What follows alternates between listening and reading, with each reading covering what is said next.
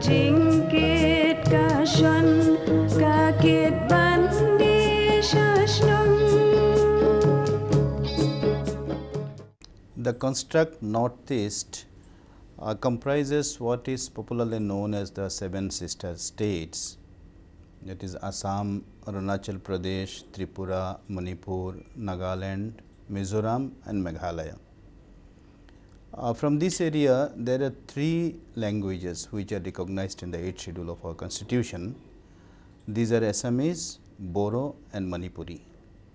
But apart from these three languages, vibrant literature, especially poetry, is being written in at least 7 more languages like Khasi, Mizo, Garo, Kokborok of Tripura and of course English. The mists of Mizoram, the pine and fir shrouded walks of Meghalaya, Assam's silver guarded rail bridges and shimmering fishing nets. These are brilliant images embedded into the poetry of the Northeast. A writer from the Northeast is different from his counterpart in the mainland in a significant way. Living in the menace of gun, he cannot merely write or cannot merely indulge in verbal wizardry or in say hollow aesthetics.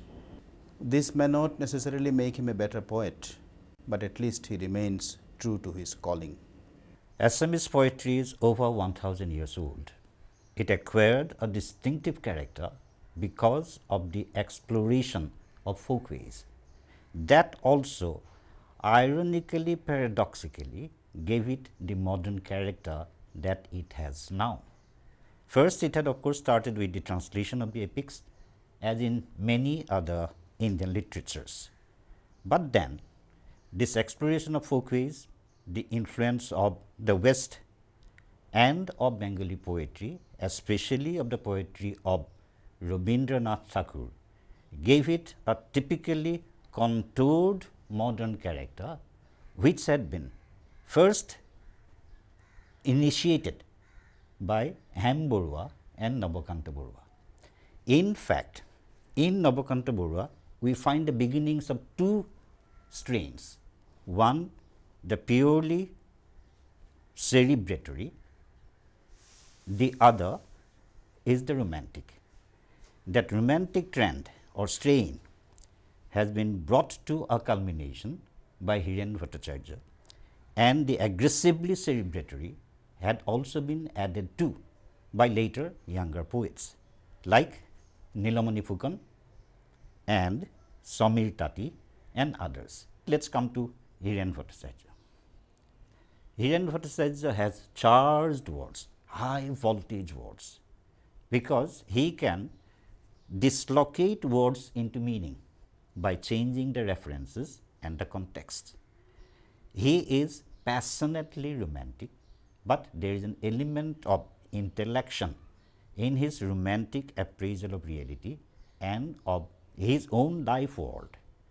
He has published a number of volumes, and he is responsible for and thoroughly instrumental in popularizing modern poetry.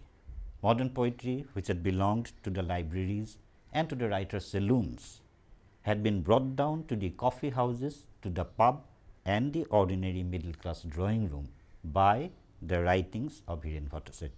You will find his poetry written even on latrine walls. So popular is he. But his life, despite his commitment to the left or to Marx, remains thoroughly romantic. After all, maybe like Marx, he is also a dreamer, and that dream is contoured, is given a kind of concretion to by his charged high voltage words. Let me quote something that he had written on Nabakanta Borua, a person who had actually been a kind of mentor to Hiren Bhattacharya. When he died, Hiru Bhatta wrote, published I think in 2002, later part. Stoke the fire a bit, let me warm my hands, let blood circulate. Because darkness is biding its time outside. As these things grow, I find that down my drowsy eyes stream the shade of sorrow. So that was the kind of closeness. And his poetry is a poetry of immediacy. It is not a poetry of reflection.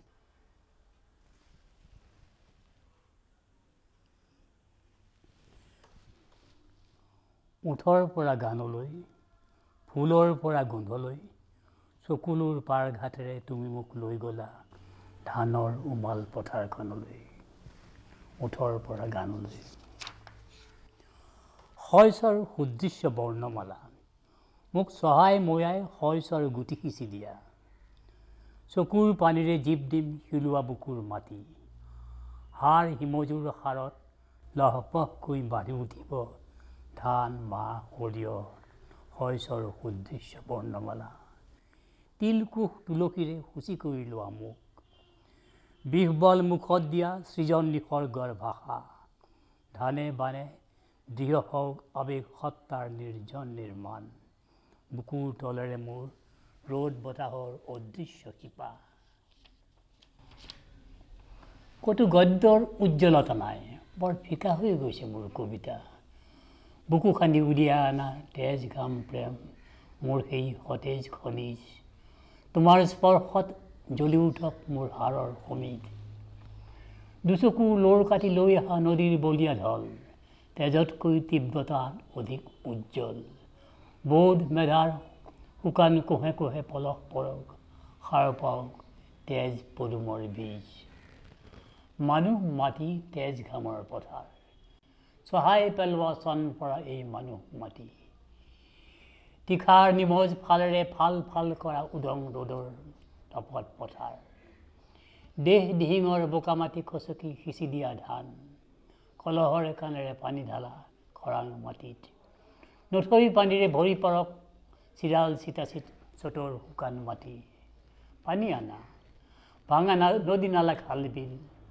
ধূলি কৰি মাটি কঠীয়া পাৰা ভুঁইতলিৰ একা চেকা লেওলোৱা মাটি কোনডৰাত কি ৰুবা আহু শালীৰ হেতাও পৰা বাও আমনা উঠপ থপ চহাই পেলোৱা মানুহ মাটি তেজ ঘামৰ পথাৰখন শইচৰ সচ সাঁচি থলোঁ যাৰ যাওক চতৰ ৰ'দে কীট বীজাণু পুৰি মুকলি কৰক দূষিত মাটি ন পানী আহক শইচৰ গুটি সিঁচি দিম মন মাতি মোৰ ৰোমাঞ্চিত যুৱক চকুৰ পতাৰ পৰা বৈ আহিছে দুখন নৈ টলমল ঘোলা পানীৰ সোঁৱে বাৱে চৌ চৌ ধান জীৱন জটিল গ্ৰন্থিত মোৰ নদন বদন ঘাম ভৰা সপোন তজবজ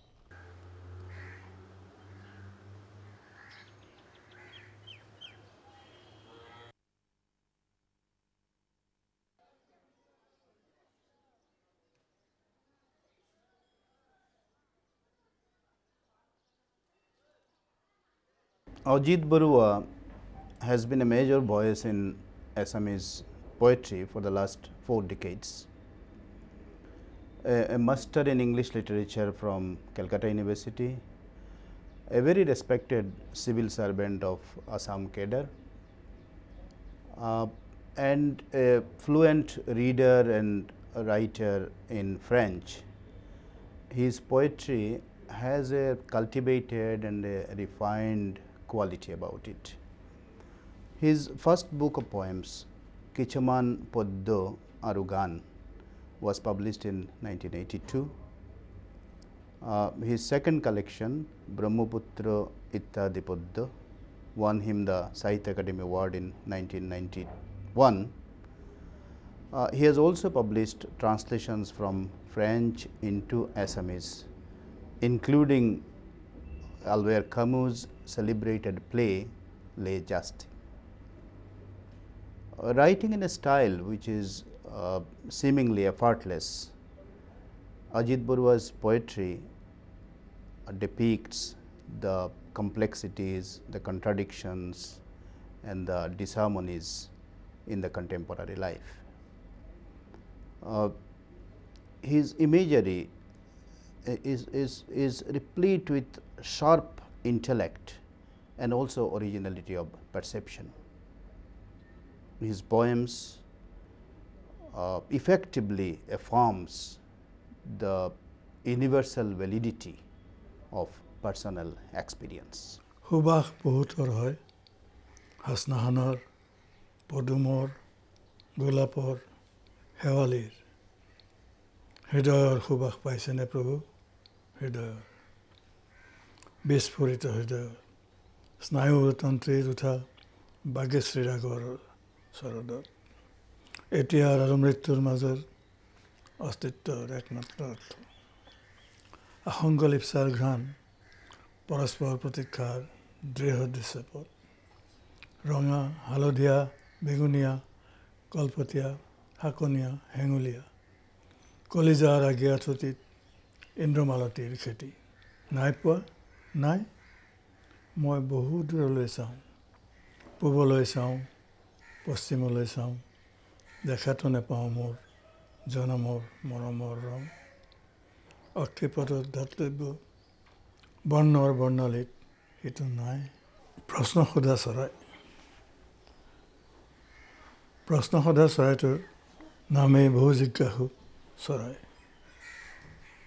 বহু জিজ্ঞাসু অপৰাজিতাৰ পাতৰ পৰা নে পাইৰষ্টেজিয়া ভেনুষ্টাৰ একেটা প্ৰশ্নকে সোধে ভাল পাইছা নেকি একেটা প্ৰশ্নকে বহুতো ধৰণে লেনিয়াই চুটিকৈ দীঘলকৈ দন কৰি কাতব কান্তা কিমাচ্ছৰ্যমতঃ পৰম কে আমি বোলে মৈথুন নাৰাও যি হওক উত্তৰ নাই প্ৰশ্নই যে উত্তৰ প্ৰাক পুৱাৰ সেন্দুৰী প্ৰশ্নই ভৰ দুপৰীয়াৰ উত্তৰ হালধীয়া আৰু ৰাতিৰ তমিশ্ৰা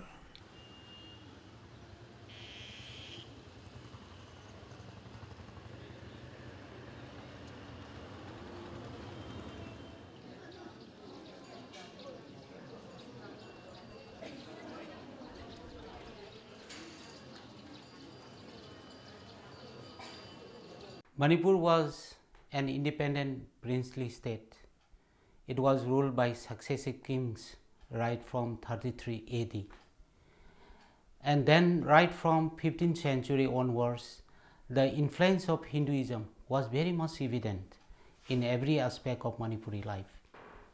And then there are successive waves of Hinduism that entered to the state of Manipur. And our climax of Manipuri culture reached during the latter part of 18th century when one of our Maharajas, one of our kings, King Bhaigachandra, introduced two important things to the cultural world. One is the famous Ras Leela and another one is Sankirtana. When we come to the question of Manipuri poetry, you will find three phases of Manipuri poetry.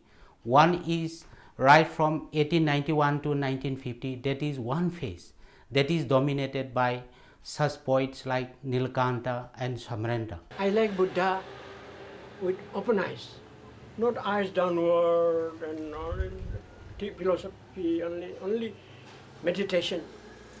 He was a very clever man, wise man, Buddha was. His followers do not know properly. They make Buddha with closed eyes, meditation, thinking of love, nirvana and all that. But he's a very wise man, a very good man. He thinks of people. He jokes, he cracks jokes. That's why I made my Buddha with open eyes. I don't know what people will say. So coming to poet Samrenta, I must say that he is one of the most respected and most decorated modern Manipuri poets. He has written so far these 5 volumes of poetry books, and he is a recipient of the well-known this Manipuri Sahitya Parishad Award and Manipur State Kala Academy Award. And not only that, He is the recipient of National Sahitya Academy Award also. And now coming to his style of writing, you will find that most of his poems are very short. This is something like haiku type, Japanese haiku type, very short and very expressive, and but he uses very commonplace and a very down to earth speech, and very the language which the common people speaks. That is his style of writing.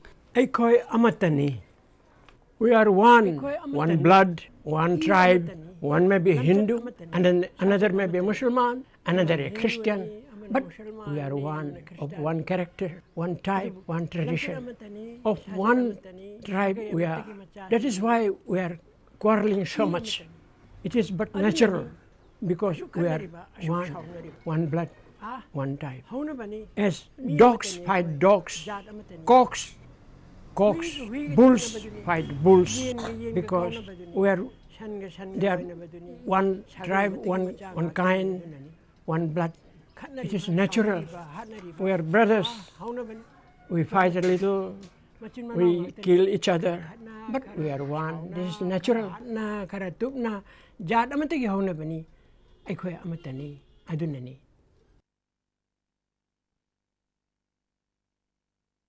Kai amalai. Tiger. A tiger came. He says, I'm coming to eat you up. I said, wait, no, I'm writing. Ha ha ha. Tiger laughed. You don't know.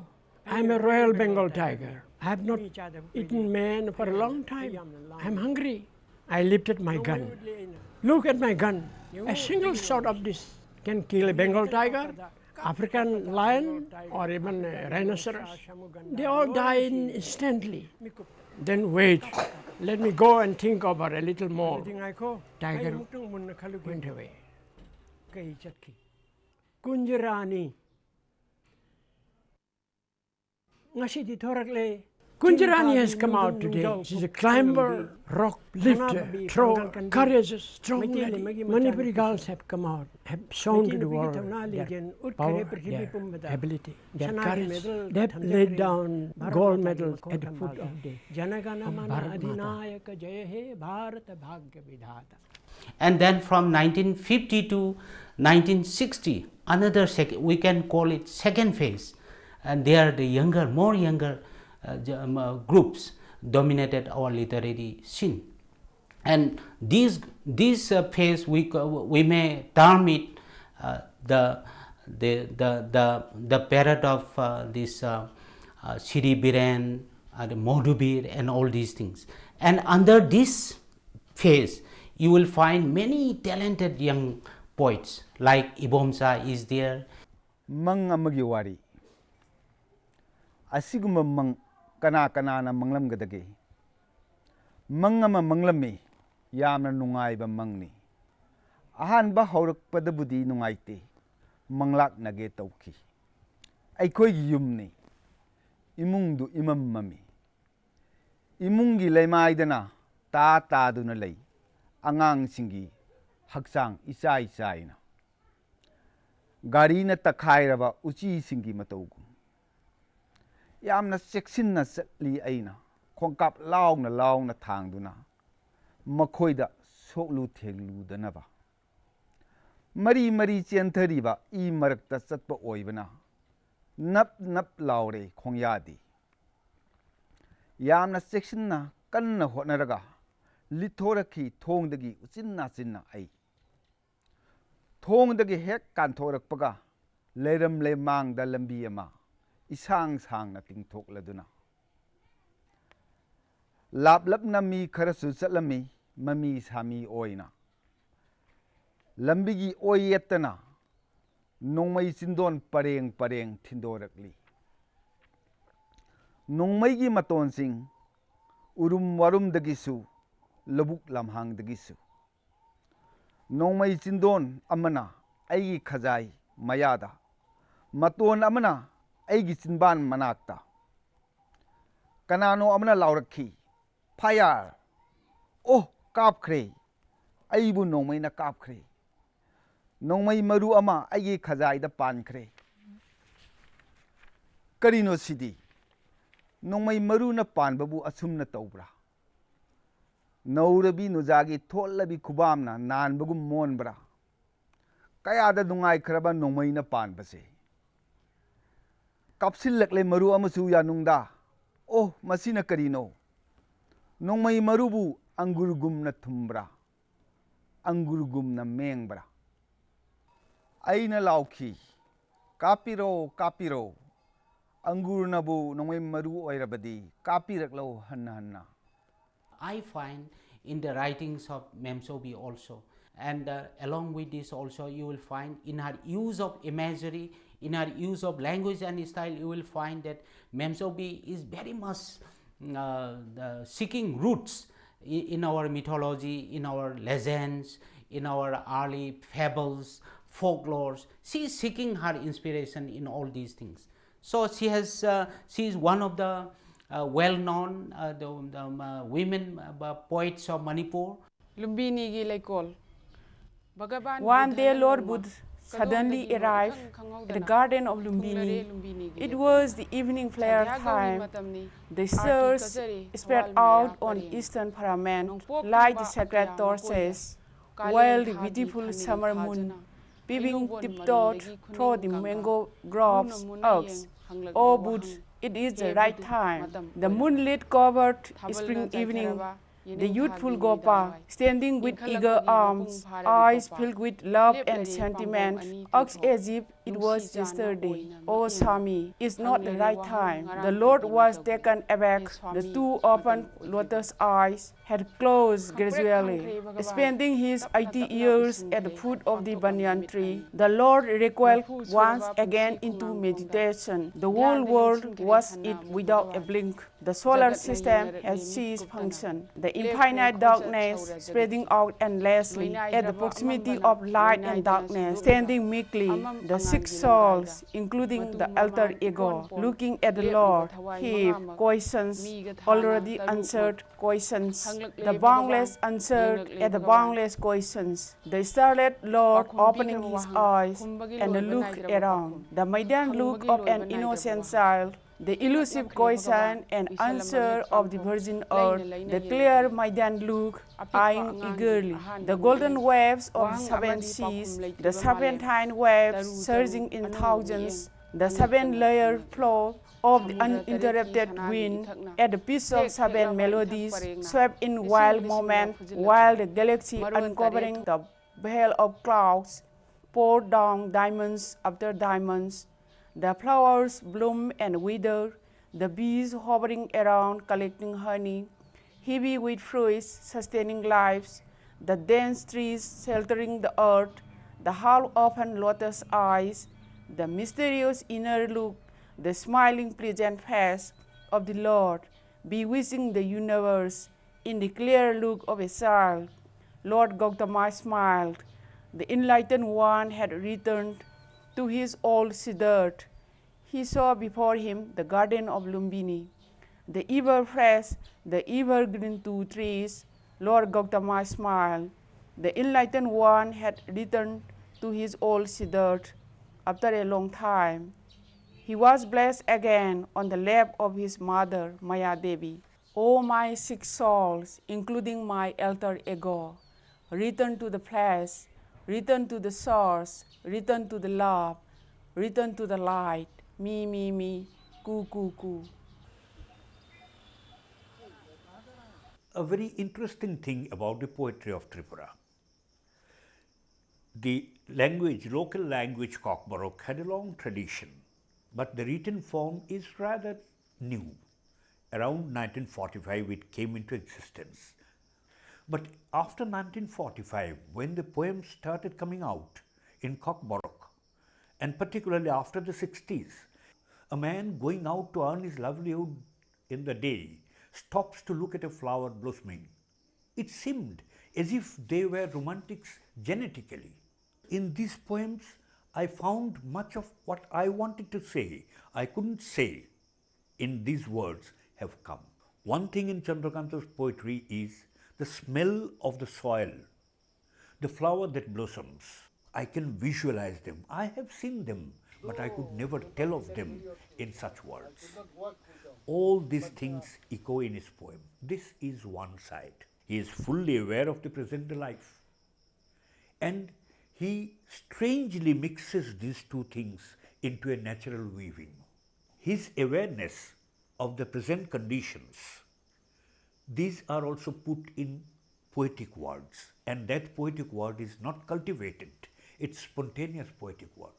So on the one hand, the inherent romantic soft touch, on the other hand, an awareness of the time, of the place, of the people around him, these two things go hand in Chandrakanta.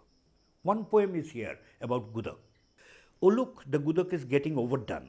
It's scorched. The burnt smell spirals around with wisps of smoke in the idle wind. It has crossed the seas and rivers. It's the craze, the fashion today.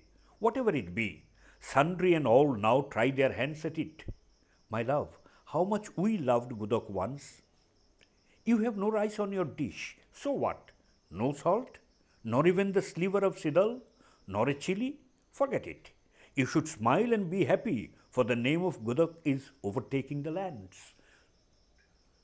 The pinch is quite perceptible. Whatever I had in my culture, in my art, it has become famous and it has become universal property. And in that global property, now my share is the least. And particularly whenever he speaks of love, he is fully aware of the love of today.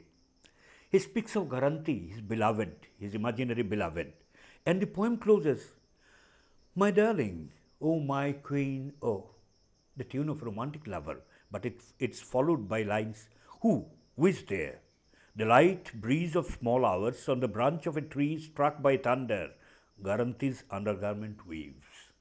This is where modern love ends. The imaginary beloved is no more.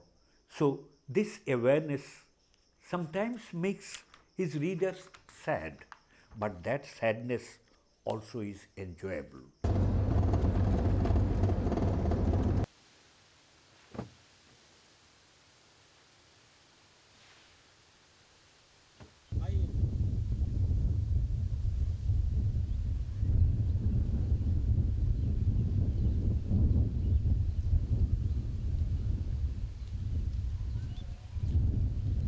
Kungkila khorang khanama simi huk hognani chongmani hogmalia bolongo hamalia majilota kholmani rangsak bolong berayoi hatai thaisini tibuk buksini motom samani khumtrang bahai lob lob takalayo khum persafika de chungsia sanjani musui hongmani bolong togla ringmani aichugo khnaliani bolongo hapthoglia tabuk bolongguri oi sare ki dipor togma simi kor kor kor khepungo saslang boyaro motom salia majilotani bahai barot simi motom sao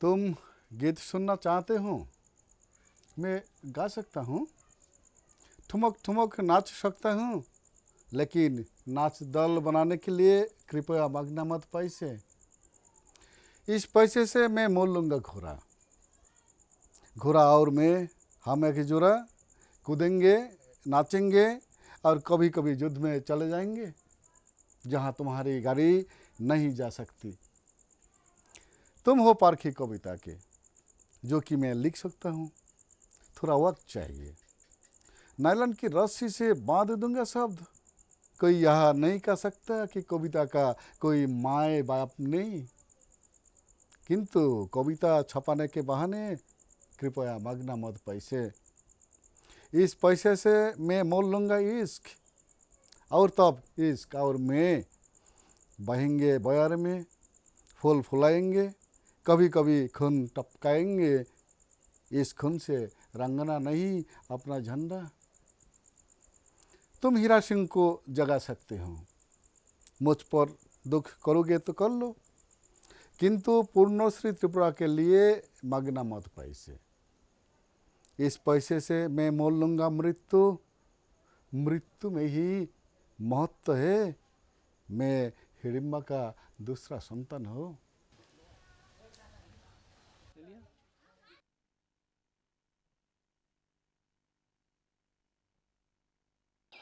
Mamang is a poet from Arunachal Pradesh, belonging to the Adi community, and she has been prolific in her writings, especially poetry. She writes in English essentially, and her first book of poems, published by a writer's workshop called River Poems, has made a great impression upon most people who appreciate writing in English. Not only in the Northeast, in fact, she has taken her stamp all over India. Apart from that, Mamang, who actually had been a member of the Indian Administrative Service in the year 1977, if I'm correct, but her lure or her fascination for writing and English and journalism led her to leave the Indian Administrative Service 6 months after having joined. And after she joined Reuters and traveled a lot of countries, including Athens, Ireland, and a few other countries. But finally, she came back to India, and she's also writing a novel. And Penguin has already published a short story of hers. Mamang's poetry basically reflects nature. I have read not less than 300 of her poems during the last 6 odd years. And each poem actually reflects something or the other about nature, either trees or rivers or the mountains, the sunset, the sunrise. She has a lyrical sense, a sense of words which convey not just poetry in words, but the poetry of the spirit. When you read her poems the way I have read, I have not only visualized a mountain or a river the way a river or a mountain should be, but I have come to realize the spirit of the mountain behind the words, or the spirit of the river behind the waters. So Mamang has that capacity. The voice of the mountain. From where I sit on the high platform, I can see the ferry lights crisscrossing the big river. I know the towns, the estuary mouth. There beyond the last bank where the color drains from heaven, I can outline the chapters of the world. The other day a young man arrived from the village. Because he could not speak, he brought a gift of fish from the land of rivers. It seems such acts are repeated. We live in territories forever ancient and new, and as we speak in changing languages, I also leave my spear leaning by the tree and try to make a sign. I am an old man sipping the breeze that is forever young. In my life I have lived many lives. My voice is sea waves and mountain peaks. In the transfer of symbols, I am the chance syllable that orders the world, instructed with history and miracles. I am the desert and the rain, the wild bird that sits in the west, the past that recreates itself, and particles of life that clutch and cling for thousands of years. I know these things as rocks know, burning in the sun's embrace, about clouds and sudden rain. As I know, a cloud is a cloud is a cloud. A cloud is this uncertain pulse that sits over my heart. In the end, the universe yields nothing except a dream of permanence. Peace is a falsity. A moment of rest comes after long combat. From the east, the warrior returns with the blood of peonies. I am the child who died at the edge of the world, the distance between end and hope, the star diagram that fell from the sky, the summer that makes men weep. I am the woman lost in translation, who survives with happiness to carry on. I am the breath that opens the mouth of the canyon, the sunlight on the tips of trees. There where the narrow gorge hastens the wind, I am the place where memory escapes the myth of time. I am the sleep in the mind of the mountain. Achak literary literature started in the last decades of the 19th century when Christianity was introduced and education came to the Achaks.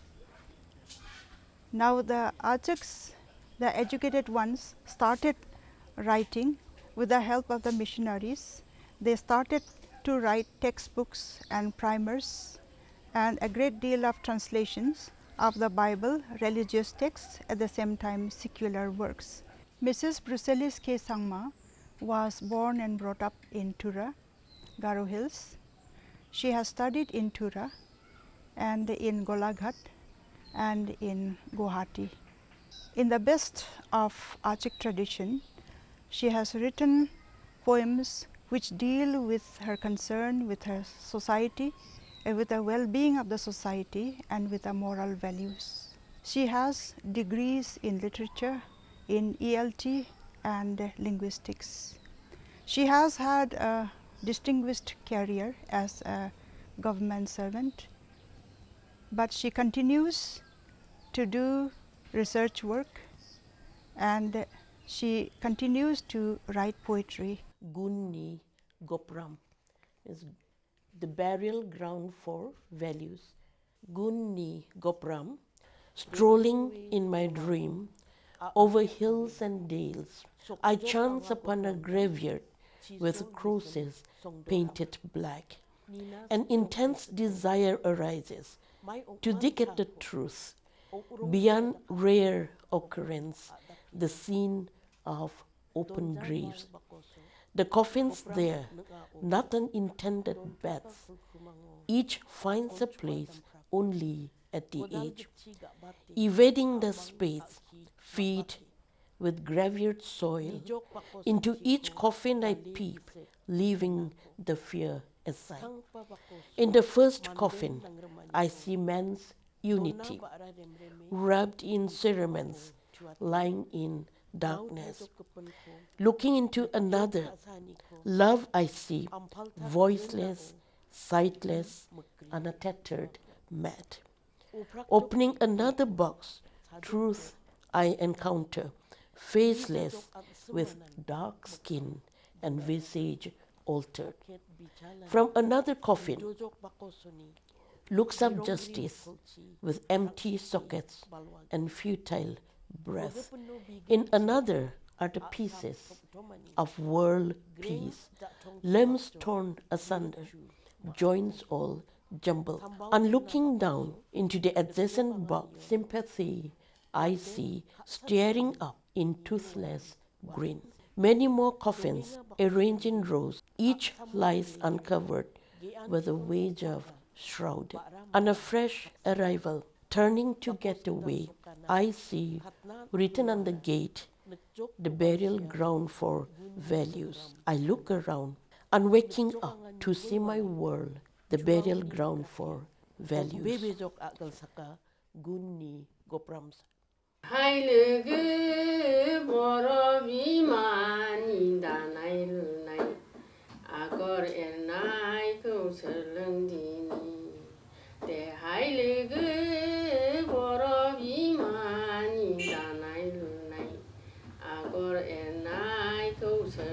The tradition of written literature in the Bodo language started only after 1920s, and the first collection of Bodo poetry came out in 1923.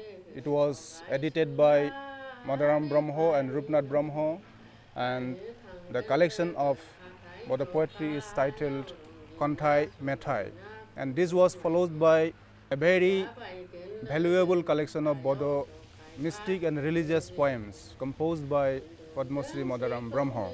And then we see the coming up of new poets who basically wrote romantic poems, although A good number of them also composed classical poems, and majority of these poems are based on the religious and oral traditions, and these poems, which are excellent and of high poetic quality, can be considered as classical poetry. In a modern epoch in Bodo poetry, we see the variety in style and a good number of young poets coming up and writing modern poetry under the influence of modernism. They were mostly influenced by the young authors, young modern authors in Bengal and Assam. And among these modern Bodo poets and authors, we can mention the name of Prasenjit Brahmo, Jagadish Brahmo, Samar Brahmo Chaudhuri, Saran Narjari, Brajendra Kumar Brahmo, Surad Narjari, and many others. Professor Madhuboro has contributed immensely to the development of Bodo language and literature, and to the development of creating writings also. The poetry composed by the poet are basically concerned with patriotism and nature, and basically he has seen the man belonging to the lower strata, man belonging to the oppressed section, as the representative of his own community, who has so long been repressed, who has so long have had no chance to speak out their own voices. This high of a martyr, the martyr on the verge of death did not think of becoming himself a martyr to live in memory after his death, nor did he think of becoming failure in his living state. He thought that his mother country should stay peacefully in freedom without being downtrodden by others. He thought that his co-worker friends would lay even their lives to make their mother country victorious without any cheating. But the matter of Sai was that he could not have any information before his death whether his friends could keep their promise to make their mother country all victorious, because they promised to serve their mother country selflessly only for the cause of patriotism and duty as binding to her children without caring what sort of luck might wait for them in future. जब हम लोग भारतीय नेपाली कविता के बारे में कुछ बात कहते हैं तो हम लोग को प्राचीनता की ओर फिर लौटना पड़ता है। तो इस दृष्टि से हम बोलने लगे तो भारतीय नेपाली कविता की शुरुआत सन 1844 तक पहुंच जाता है। तो इसी समय सन 1844 ईस्वी सन में रघुनाथ राय, सरस राय भाट कवि थे। उन लोगों ने नेपाली कविता की शुरुआत किए थे और कवित्त एक जो वंशावली में आते हैं, गोरखा वंशावली में, वो पहले लिखे थे भारतीय नेपाली कविता में।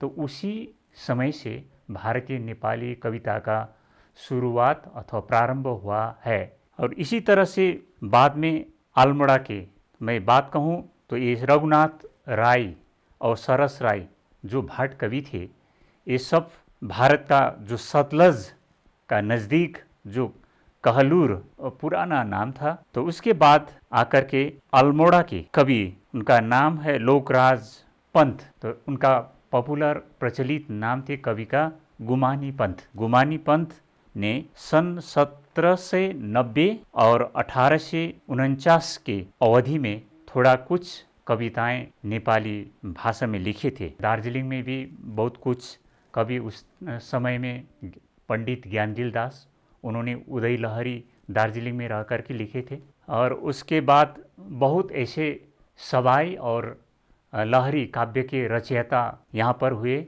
इनमें से नाम आता है रत्न नारायण प्रधान, हाजीरमान राय उस टाइम में लिखते थे बहुत। उनका एक कविता संग्रह 1900 में दार्जिलिंग से प्रकाशित हुए थे, मीठा मीठा नेपाली गीत 1918 में कर्सियंग से पारसमणि प्रधान के संपादन में चंद्रिका पत्रिका प्रकाशित होने लगे, तब उस समय थोड़ा कुछ कविता उसमें प्रकाशित हुए। इस तरह से कवि और कवियत्री उसमें दिखने लगे नेपाली साहित्य में।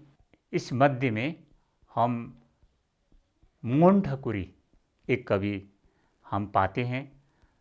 इनका कविताएं थोड़ा, ये दोनों जो प्रवृत्ति थी नेपाली साहित्य में स्वतंत्रतावादी और आयामिक लेखन की, दोनों को मिला करके बीच के रास्ते पकड़ा हुआ जैसा कविता दिखाई देता है मोहन ठकुरी का। आदमी का जो दैनंदिन के जीवन में जो समस्याएं हैं, जो उत्पीड़न है, प्रेम प्रीति है, जो विलासिता है, ये सब सारे बातें उनका कविता में हम लोग देख सकते हैं। और उनने श्रमजीवियों का जो पीड़ा और वेदना का भी इसमें थोड़ा ख्याल करके कविता में प्रयोग किए हैं। 20 अप्रैल 1948 में जन्म लिए हुए मोहन ठकुरी ने अपना विद्यार्थी जीवन से ही लिखने लगे थे कविताएं। और मुख्य रूप से हम ऐसे देखते हैं कि सन 1964 से इनका कथा और कविताएं विभिन्न पत्र पत्रिकाएं में प्रकाशित हुए। ऐसे करके लिखते लिखते अपने समय का और समाज के जो यथार्थ जीवन का छवि अपने कविता में देते देते आगे बढ़े मोहन ठकुरी। और इसी वजह से मोहन ठकुरी प्रचलित भी हुए। बाद में इन्होंने साहित्य अकादमी से सम्मानित भी होने का अवसर पाया। निशब्द तिमी टाढा बसेकी छौ, धेरै दिनदेखि म निशब्द छु। तिमी टाढा बसेकी छौ, धेरै दिनदेखि म निशब्द छु। तिमी छेउ हुँदा हामी सधैँ शब्दहरूमा बोलीहरूमा मिलेका भयौँ, ठुस्किएका भयौँ। कहिले वचनका बाणहरूले एक अर्कामा मर्माहत हामी धेरै बेर मौनतामा डुबेर बस्यौँ। प्राणको जालोमा बाँधिएर सुखिला सम्भावनाका क्षितिजहरू हेऱ्यौँ। सपनाहरू समेत कति रमाइला। हामी कहिले एक अर्कामा हराएर बस्यौँ। सामिप्यको त्यो मृदु मुलुकमा हामी स्पर्शहरूका बिरानो सडकहरू भएर यात्राहरू हिँड्यौँ। आज तिमी टाढा बसेकी छौ, म यहाँ निशब्द। निशब्द भनेको मौनता होइन, तर निशब्द भनेको मनको करिडरमा तिम्रा सम्झनाहरू ओहोरदोहोर। निशब्द भनेको मनको ऐनामा तिम्रा अनेक दर्शन अनुहारहरूका दर्शन। निशब्द भनेको मनको गुफामा तिम्रा आवाजहरूका गुन्जन। एउटा ठुलो हल्ला हाम्रो अतीतको। निशब्द भनेको हाम्रो इच्छाको पहाडमा नार्सिससद्वारा अवहेलित इकोको स्वर। प्रेमलाई खोज्न, भेट्न निरन्तर प्रतिध्वनित। निशब्द भनेको अडिएर कतै बसिरहनु होइन, एक्लोमा हिँडेको सीमाहीन यात्रा यो। निलो आकाशको उडान यो, एक्लोमा डुबेको समुद्रको गहिराई यो। एक्लोमा फैलिएको क्षितिजको विस्तृति यो। एक्लोमा पाएको कविताको मिठो स्पर्श यो। हो तिमी टाढा बसेका छौ, धेरै दिनदेखि म निशब्द छु। हो तिमी टाढा बसेका छौ, धेरै दिनदेखि म निशब्द छु।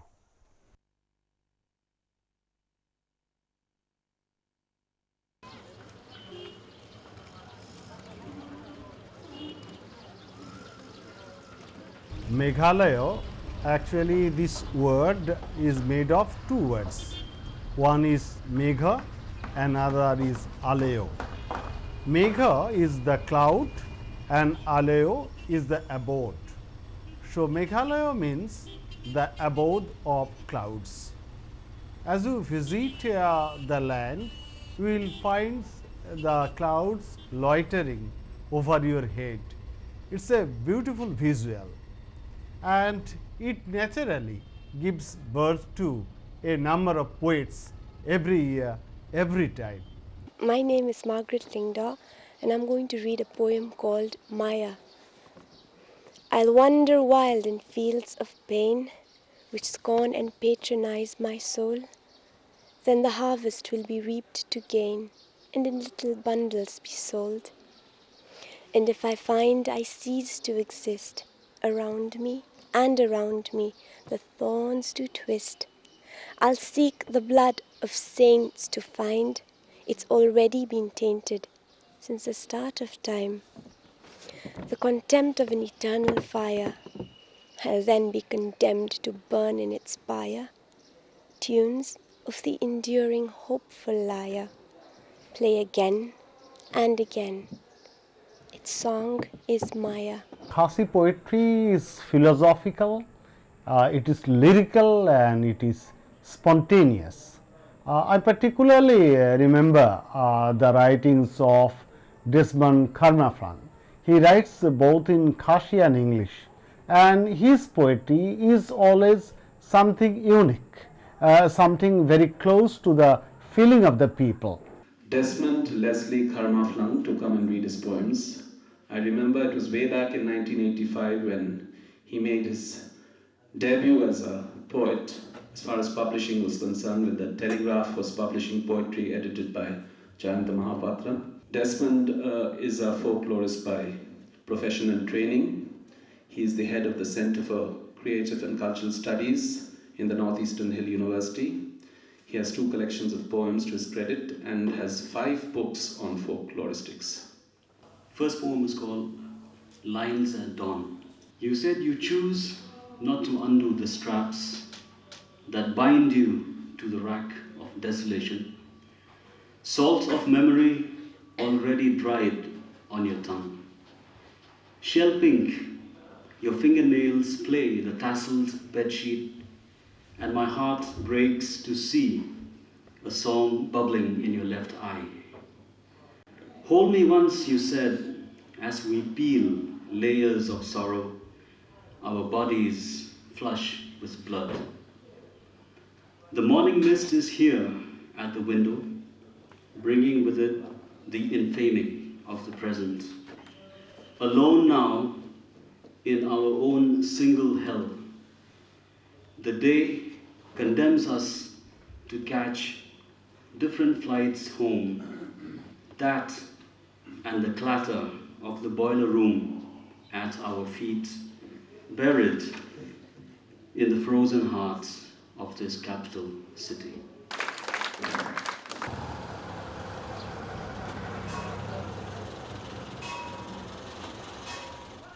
Labba sora, uslap bapaunam shisha. Labba sora, uslap badajur shisha. Shitulup perthai balatip balabna, shapang uta ulabba sora. Nong lek nong wan, narum naneng, nong jingok kai kiwan, nakeleng. Wat lalu o yong ukadum, ki hiarsha sora, klem daknyum. Da minsim kebashin rang, balabba sora yo sendet urang.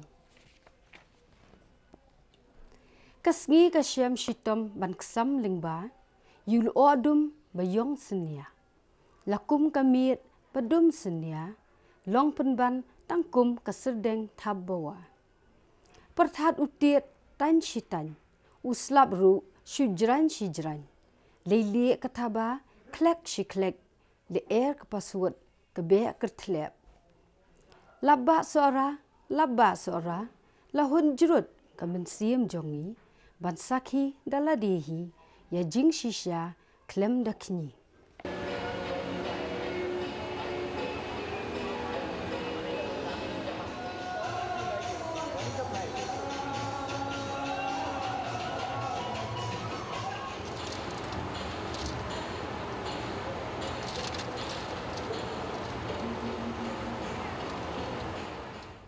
Young Mona Zote belongs to the beautiful capital town of Aizawl at the state of Mizoram in the northeast.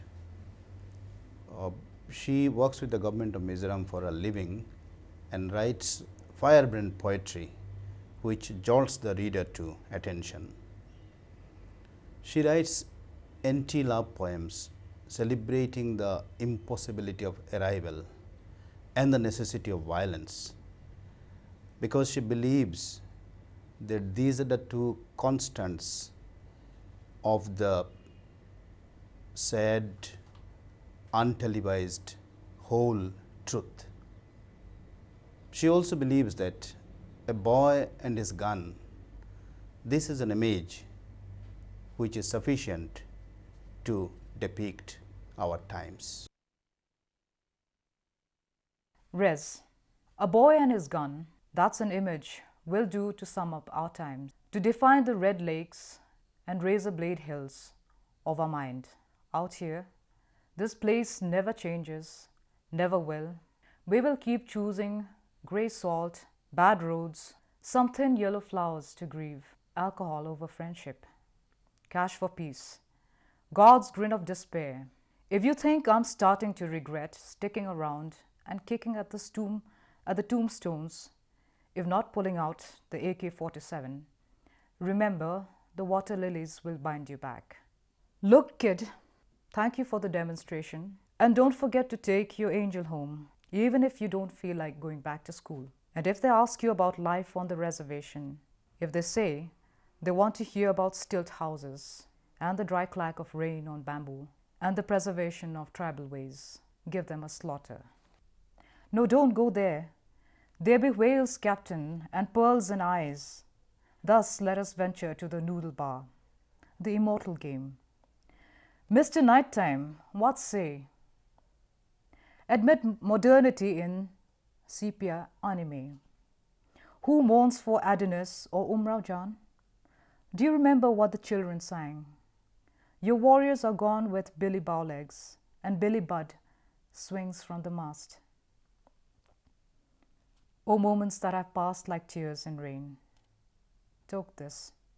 Things have to be the way they are, because gods can't remember, we angels do. In this, we are as mortal as you, though fiery we fell. Swaraj, acid anthem in our veins, but heart is truly Hindustani. So many have fallen. These cinnamon groves, I swear by the Wampus, by Alpha Man, the world's become one big reservation. I should know. I'm the angel. I'm in charge. A mindless year of mindless action. If the moon looks grey tonight, if you think she weeps, it is because you live on a reservation. If as you walked, the houses rose on all sides, threatening, it is because you live on a reservation. If the wind brings no news of love, if the villas are silent and empty, it is because you live on a reservation. The things you have to say, no one can say them for you. The places you have to go, no one can go there for you. The hills you have to burn, no one can burn them for you.